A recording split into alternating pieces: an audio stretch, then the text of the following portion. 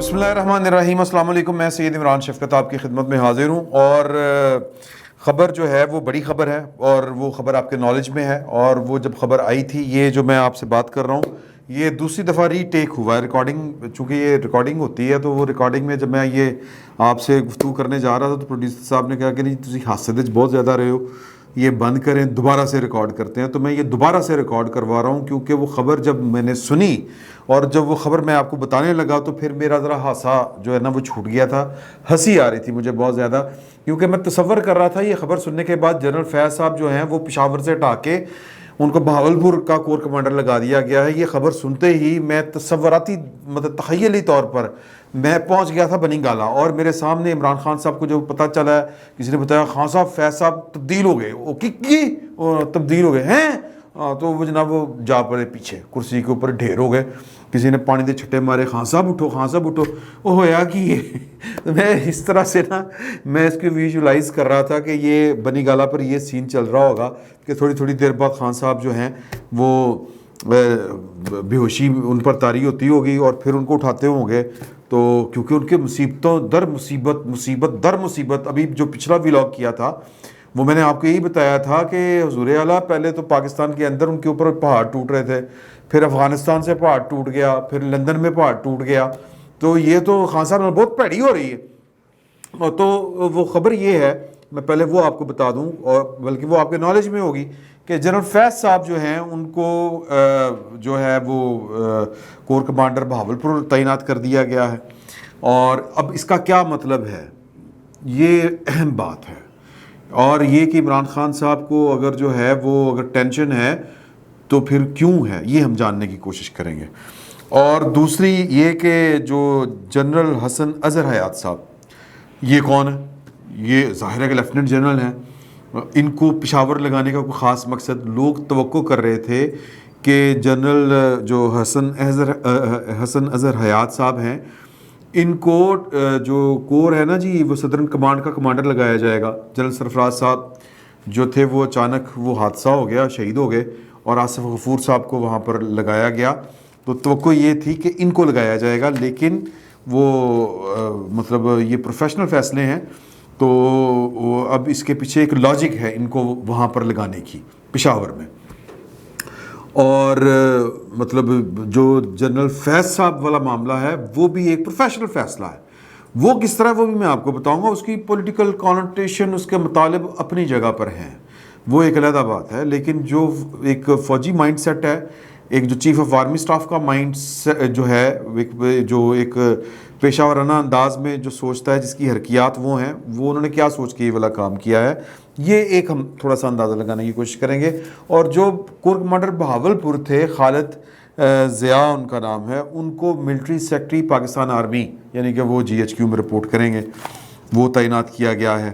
تو اب اس کے بعد جو ہے اب تھوڑا سا ہمیں جنرل فیض صاحب جو ہیں وہ اگر میں یہ کہوں کہ وہ مرکزی کردار رہے ہیں پاکستان کی سیاست کا، آلموسٹ جو عمران خان صاحب یا عمران خان صاحب کو اگر آپ چھوڑ بھی دیں تو نواز شریف صاحب کے خلاف وہ جو آیا تھا نا وہ والا حلف نامے میں جو ترمیم تھی، اور وہ جو ایک سہمن ایک غلطی ہو گئی تھی، چوک گئے تھے، قصدن غلطی نہیں کی گئی تھی، سہمن تھی کہ وہ حلف نامے میں قادیانیوں والا جو وہ کالم تھا وہ ڈیلیٹ ہو گیا تھا، کہ تو اس کی معافی بھی مانگی، یہ ہوا، لیکن TLP کے جو اس وقت کے جو سرکردہ لوگ تھے، جن میں رضوی صاحب جو تھے، خادم حسین رضوی صاحب، انہوں نے دھرنا دے دیا تھا وہاں پر، تو پہلی دفعہ جنرل فیض صاحب کا نام تب آیا تھا، اور جنرل فیض صاحب کا کے ساتھ معاہدہ ہوا تھا، اس معاہدے میں ان کا نام لکھا گیا تھا جو TLP کے ساتھ ہوا تھا۔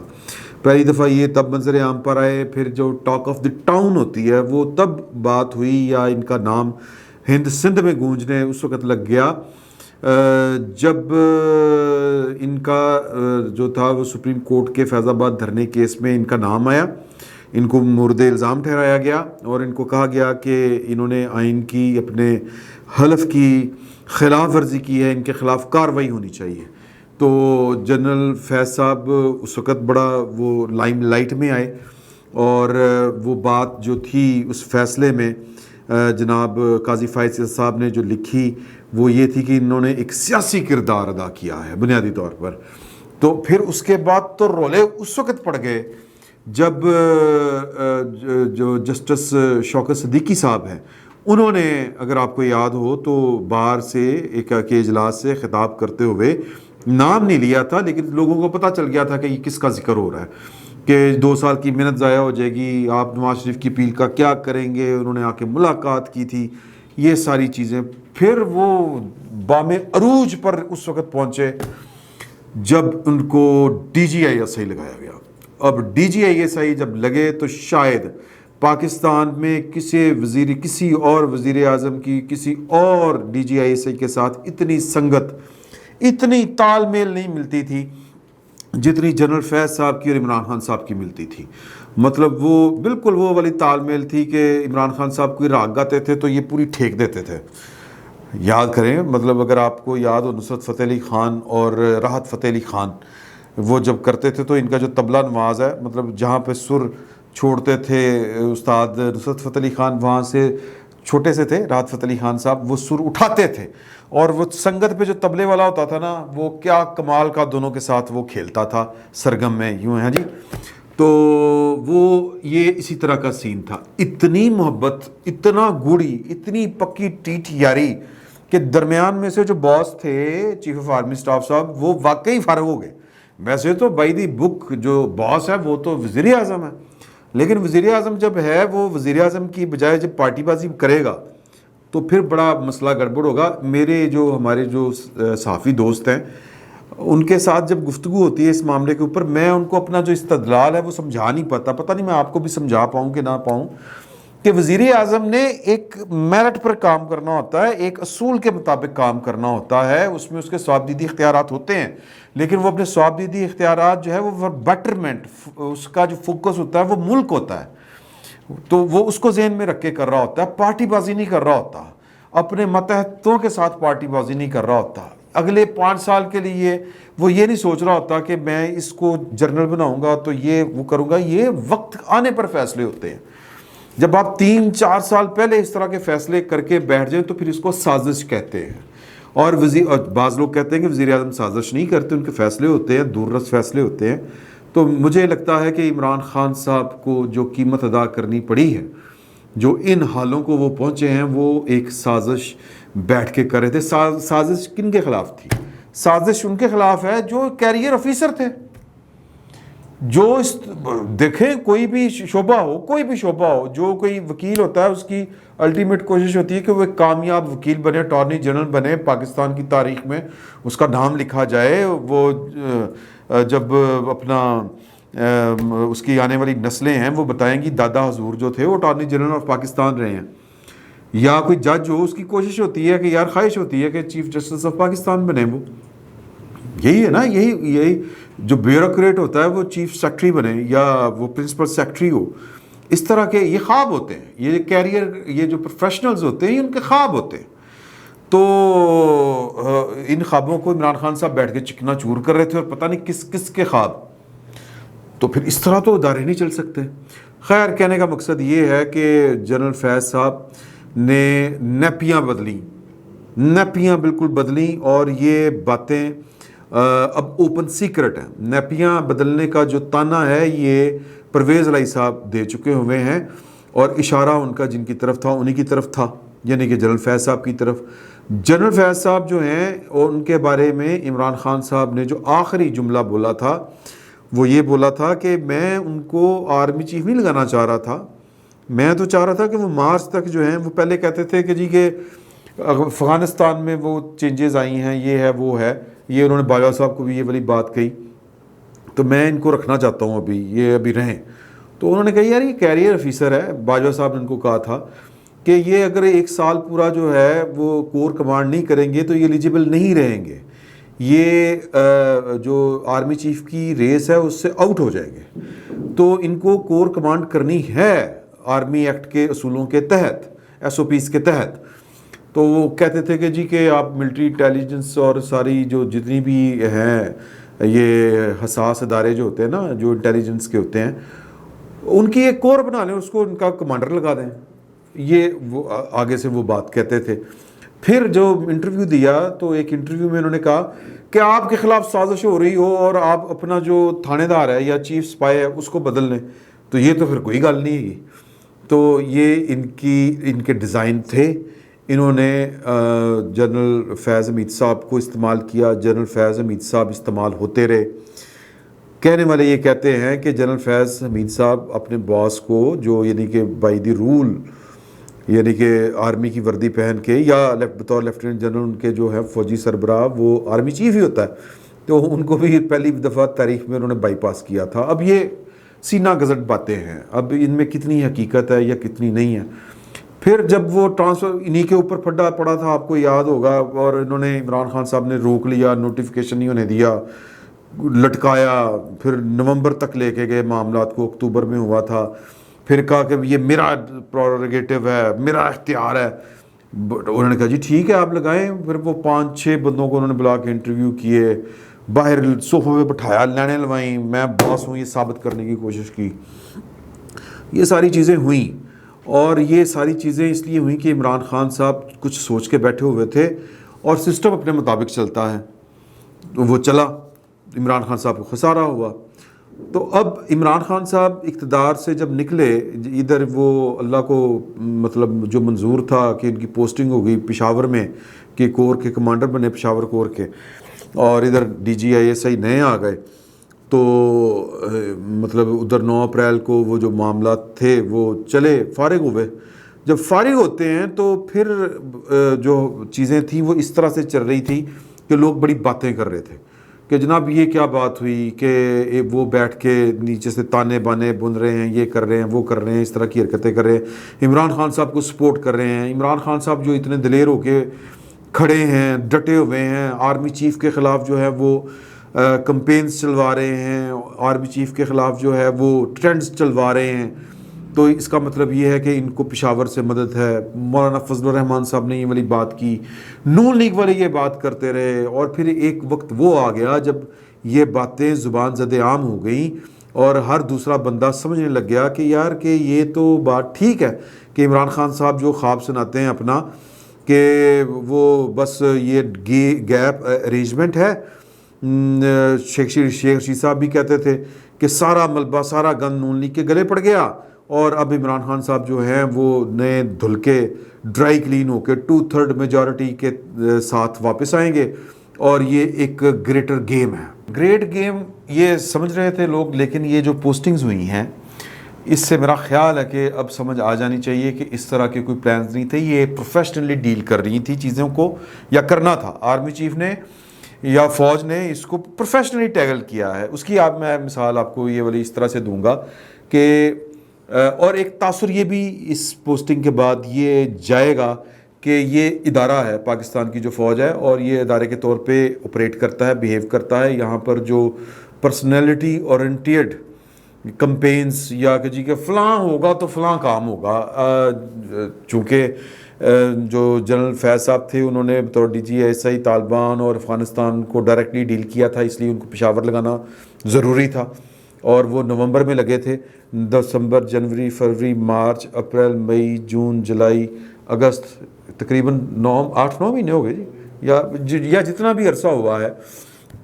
تو انہوں نے وہاں پر ڈیل کیا. آپ کو پتہ ہے کہ جب آئی ایس آئی کے جو چیف تھے وہ امریکہ میں بزی تھے حالیہ دنوں میں, پچھلے دنوں میں, تو طالبان کے ساتھ جو جا کے بات چیت کی تھی وہ جنرل فیض صاحب تھے, اور پھر کئی اس طرح کے اجلاس بھی ہوئے جن میں جنرل فیض صاحب کو بطور خاص بھی طلب کیا جاتا تھا, تو وہ ہوتے تھے. تو لہٰذا اس کو پروفیشنلی یعنی پرسنلی چیزوں کو ڈیل نہیں کیا گیا, کیونکہ پرسنل معاملات شاید کمانڈ لیول پر نہیں ہو سکتے, ورنہ ادارے نہیں چلتے یار. تو اس کے بعد جو ہے ان کی جگہ کے اوپر اب ضروری سمجھا کہ اب انہوں نے یہ والا ایکسپیرینس تو ان کے پاس بہت ہے, لیکن ایسٹرن بارڈر پہ اب جا کے ذرا دیکھیں صورتحال, جنگی مشقیں کریں. ایسٹرن بارڈر پر جو انڈین سے تھریٹ ہے, یہ جو بہاولپور کور ہے, یہ ایسٹرن بارڈر ہے. ویسٹرن بارڈر کا ایکسپیرینس اس کے پاس بہت ہے ان کے پاس. اب ایسٹرن بارڈر کا جا کے ایکسپیرینس لیں, پروفیشنل فیصلہ ہے. وہاں پر جا کے جنگی وہ جو مشقیں ہوتی ہیں, تیاریاں شیاریاں کہ کس طرح تھریٹ ہوگا, کیا کرنا ہے کیا نہیں, خالصتاً ایک فوجی مائنڈ سیٹ. اور اس کور میں بڑے بڑے لوگ رہے ہیں, میرے پاس نام لکھے ہوئے ہیں. زبیر محمود حیات صاحب رہے جو جوائنٹ چیف آف سٹاف رہے ہیں، chairman joint chief of staff committee. پھر افتخار علی خان نثار چودھری نثار صاحب کے بھائی وہ رہے. مظفر عثمانی جو مشرف فیم. پھر زبیر حیات صاحب بھی رہے. اور پھر وہ میں نے خیر پہلے آپ کو بتا دیا. طارق شمیم صاحب بھی جوائنٹ چیف رہے ہیں، وہ بھی یہاں پر رہے. ہارون اسلم صاحب رہے ہیں. تو لہٰذا بڑی اہم کور ہے، ایسٹرن بارڈر کو ڈیل کرتی ہے. اور اس کو جو لوگ کہہ رہے ہیں کہ کھڈے لین چھڈے لین، کوئی کھڈے لین نہیں ہوتا، یہ بات ذہن میں رکھیں. وہ کور کمانڈ کر رہے ہیں. تو ہاں وہاں پر بیٹھ کے صرف خالصتاً ان کو صرف اور صرف ایسٹرن بارڈر کی تھریٹ کیا ہے، اور ایسٹرن بارڈر سے اگر کچھ جنگی کوئی مہم جوئی ہوتی ہے تو پھر وہ ہماری دفاعی پوزیشن کیا ہوگی، اس طرح کے انہوں نے معاملات وہاں پر بیٹھ کے، یہ ان کی ذمہ داری ہے. جو ان کی جگہ پر حسن اظہر حیات صاحب آئے ہیں، وہ ڈی جی ایس رہے ہیں آئی ایس آئی کے اندر. انہوں نے ڈی جی ایس کا مطلب یہ ہے کہ انہوں نے افغانستان، طالبان، یہ جو سارا ایسٹرن بارڈر ہے اس کو انہوں نے ڈیل کیا ہے. ایکسپیرینس ہے. پشاور میں ان کو کور پہ بٹھانا یا کور کی کمانڈ دینا خالصتاً ایک پروفیشنل فیصلہ ہے. تو اللہ خیر صلی اللہ، یہ خالصتاً وہ والی بات ہوگی. اب بات یہ ہے کہ میں نے جو سٹارٹ میں آپ سے کہا کہ ادھر گش پہ رہے ہوں گے، ادھر خان صاحب بھی ہوش ہو گئے ہوں گے، وہ 7 گھنٹے پہلے یہ خبریں، ظاہر ہے کہ یہ خبریں رکی نہیں رہتی. 7 گھنٹے پہلے آج ہی شیخ رشید صاحب نے، اب جب تک یہ بات آپ تک پہنچے گی تو اس ٹویٹ کو 10 گھنٹے ہو گئے ہوں گے زیادہ سے زیادہ. تو شیخ رشید صاحب نے نا وہ پھر اپنا وہ 7 گھنٹے والا، اب جب میں آپ سے بات کروں تو 7 گھنٹے ہو چکے ہیں اس کو، اس ٹویٹ کو دوبارہ یہ خبر آنے کے بعد جو ہے وہ کوٹ کر کے ری ٹویٹ کیا ہے. اور انہوں نے لکھا ہے اس میں کہ جی کہ سیاسی جماعتوں کے درمیان شدید ٹکراؤ کی کیفیت پیدا ہو گئی ہے، صوبے اور مرکز آمنے سامنے آ گئے ہیں. مائنس اور پلس کا فیصلہ زمینی خداؤں نے نہیں، ہائی کورٹ اور سپریم کورٹ نے کرنا ہے. اچھا یہ زمینی خدا نہیں ہے. اچھا، غیر یقینی سیاسی اور معاشی حالات سب کے چراغ بجھا سکتے ہیں. اگست، اب یہاں سے انورٹڈ کوما شروع ہوتا ہے، اگست ترقیوں، تعیناتیوں، تنزلیوں کا مہینہ ہے. یہ پتہ تھا کہ فیض صاحب جو ہے وہ ہل جل ہونی ہے، فیض صاحب جو ہیں وہ آگے پیچھے ہوں گے تو مطلب کم خراب ہو جائے گا. اب یہ میں نہیں کہہ رہا کہ فیض صاحب وہاں پر بیٹھ کے کوئی تنازع ہلا رہے تھے، یہ تھا وہ تھا، لیکن فوج کے اندر کچھ اس سے پہلے اپوائنٹمنٹس ہو چکی تھیں. وہ اپوائنٹمنٹس جو ہیں وہ یہ اشارہ دے رہی تھیں کہ اچھا وہ بھی اپوائنٹمنٹس خالصتاً پروفیشنل بنیادوں کے اوپر ہوئی ہیں. یہ نہیں ہوا کہ اچھا بنایا نا، ایک جس چیز کی جس وقت ضرورت تھی اس وقت وہ والی ہوئی ہے. اب وہ جب وہ پوسٹنگز ہونی شروع ہوئی ہیں نیچے، یہ جن کی طرف اشارہ کر رہے تھے، جن پوسٹنگز کو دیکھ کے انہوں نے کہا کہ یار یہ تھلے ہو رہی ہیں تو پھر اتنے بھی، تو وہ دیکھے جنرل فیض صاحب آلموسٹ آئی ایس آئی میں 4 سال انہوں نے گزارے ہیں، ڈی جی سی کے طور پر، پھر ڈی جی آئی یا D G I S I یعنی کہ مالک. تو انہوں نے جو ادارے کے اندر جو پوسٹنگز تھیں، جو لوگ بیٹھے ہوئے تھے وہ بیٹھے ہوئے تھے.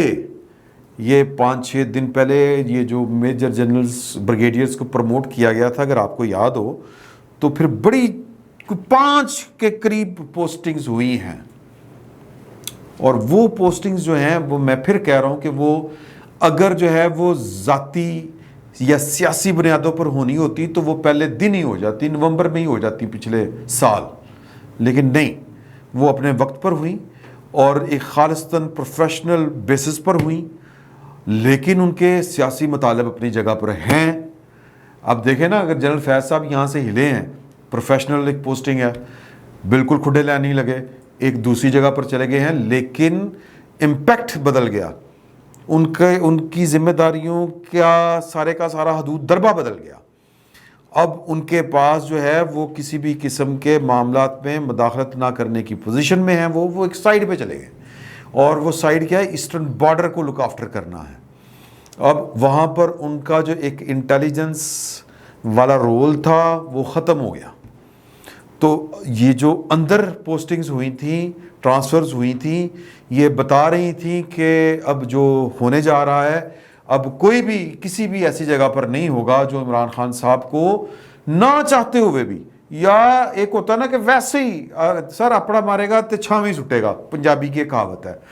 تو اگر آپ کی کسی کے بارے میں لائکنگ ہے، آپ نے کسی کے ساتھ اس کو پروجیکشن کے لیے، اس کو سپورٹ کرنے کے لیے، خان صاحب کی نیپیاں جو تبدیل ہوتی رہی ہیں، اگر آپ کوئی کرتا رہا ہے تو جتنا مرضی نیوٹرل ہو جائے ہمدردیاں تو رہیں گی نا. ادھر سے تو ٹھنڈی ہوا ہی آنی ہے، وہ ٹھنڈی ہوا آنی بند ہو چکی ہے. اور یہ عمران خان صاحب جو ہیں اس کو اپنی سیاسی موت سے تعبیر کر رہے ہیں، اور یہ خان صاحب کی مرضی ہے، ورنہ تو یہ کام تو سیدھا سیدھا ہے. اور جو وہ کیا کہتے ہیں جی کہ ہو سیاستدان اور ان تقرریوں سے گھبرائے یا خوش ہو، تو وہ سیاستدان نہیں ہے، یا اگر ہے تو بڑا ویک سا ہے. تو وہ کہتے ہیں نا جو دل ول لینے کا ڈھب جانتے ہیں وہ ترکیب ورکیب سب جانتے ہیں. تو مطلب یہ کہ خان صاحب کو یہ ترکیبیں نہیں آتی. ان کو پہلی دفعہ اصل میں اپنے طور پر جب سیاست کرنا پڑی تو وہ پنجابی میں کہتے ہیں مودڑے منہ جا ڈگنا، تو وہ منہ کے بل گرے ہوئے ہیں، اب ان سے اٹھا نہیں جائے گا. فی الوقت اتنا ہی، بہت بہت شکریہ.